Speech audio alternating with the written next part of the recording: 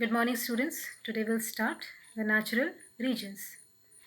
What is a natural region?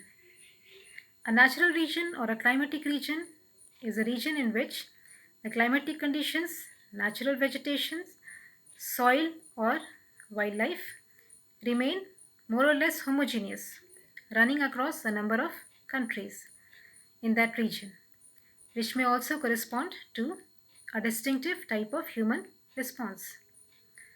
So the first natural region we are going to start with is temperate grasslands. A grassland is an area in which the vegetation is mainly dominant of grasses. So the temperate grassland lies in the temperate zone in both the hemispheres, from nearly 40 to 55 degree north in the northern hemisphere and 40 to 55 degrees south in the southern hemisphere.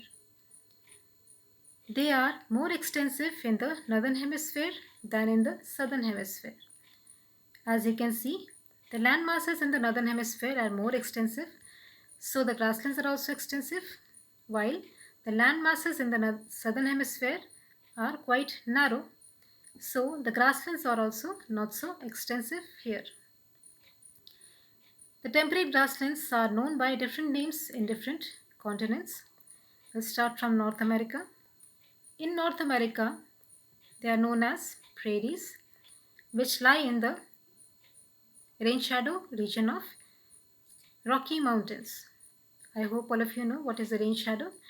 It is a region of low rainfall as because of a mountain barrier. So here in North America it covers parts of USA and Canada. Now come to Europe.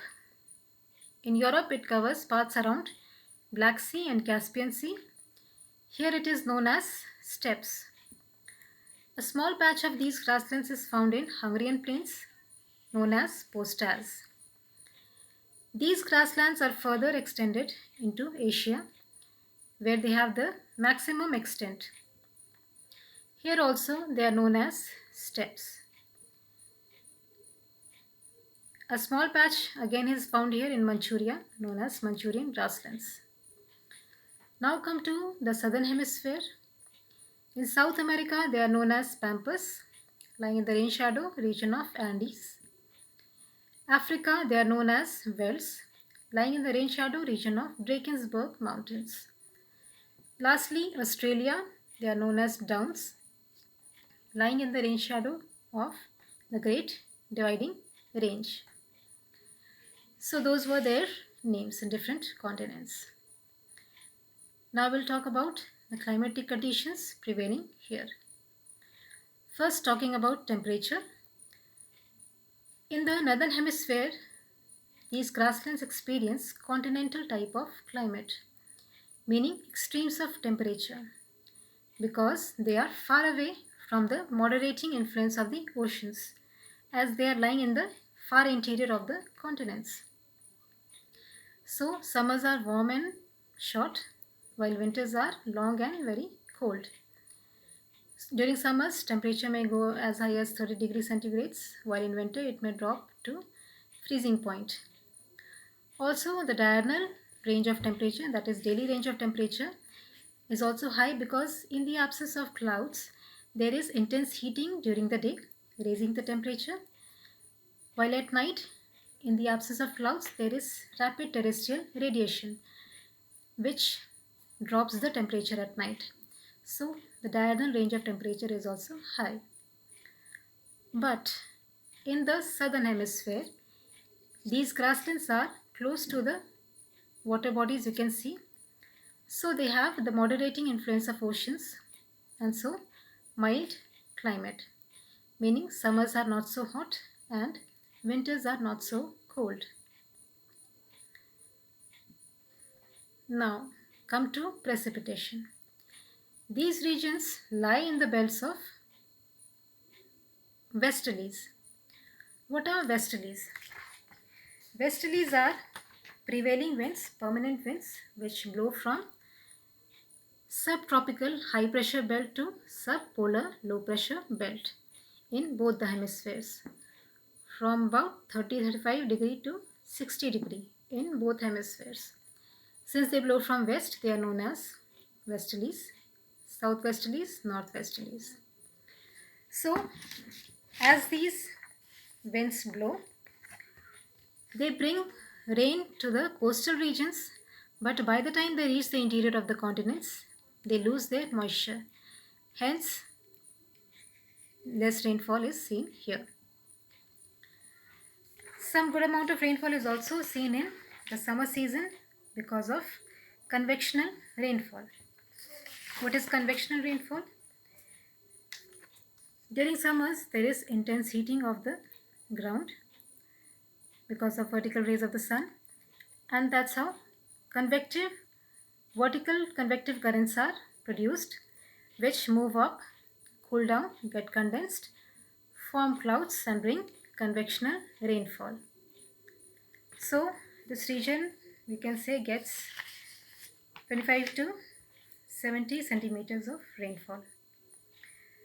Now, they can also be some local influence, like influence of local winds, like Chinook in the slopes of Rockies.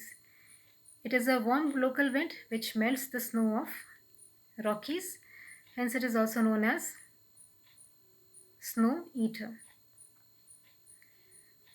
So we have seen the climatic conditions.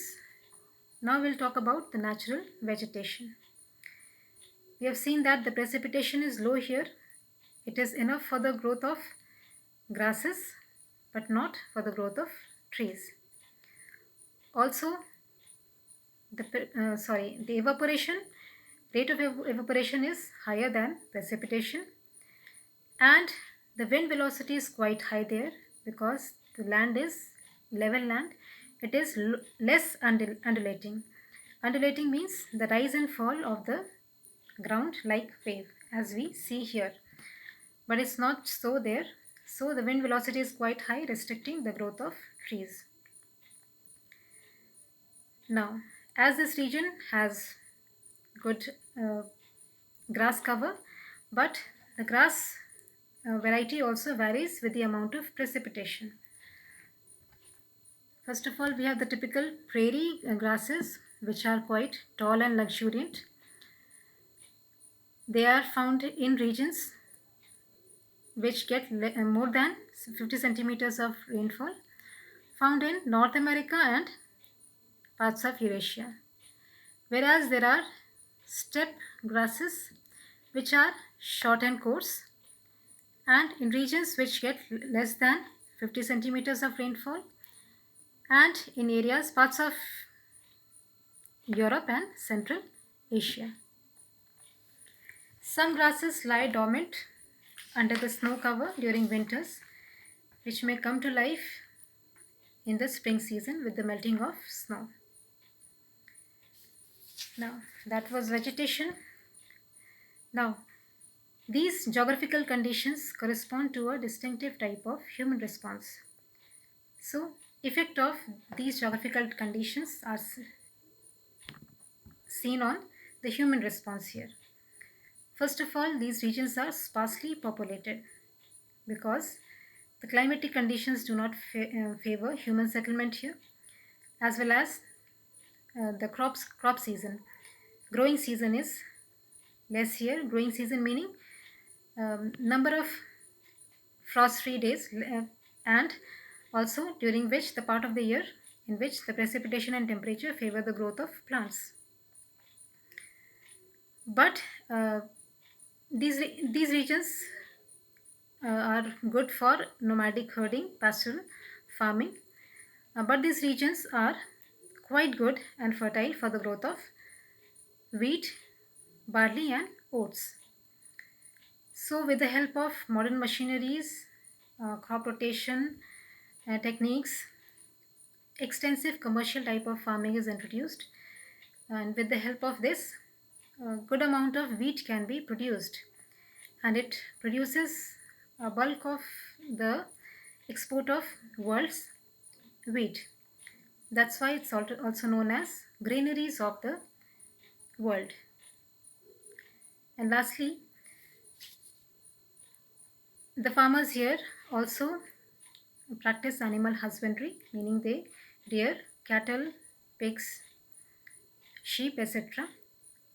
for their extra income. So that was the human response, and that was all about our temperate grasslands. We'll meet in the next video.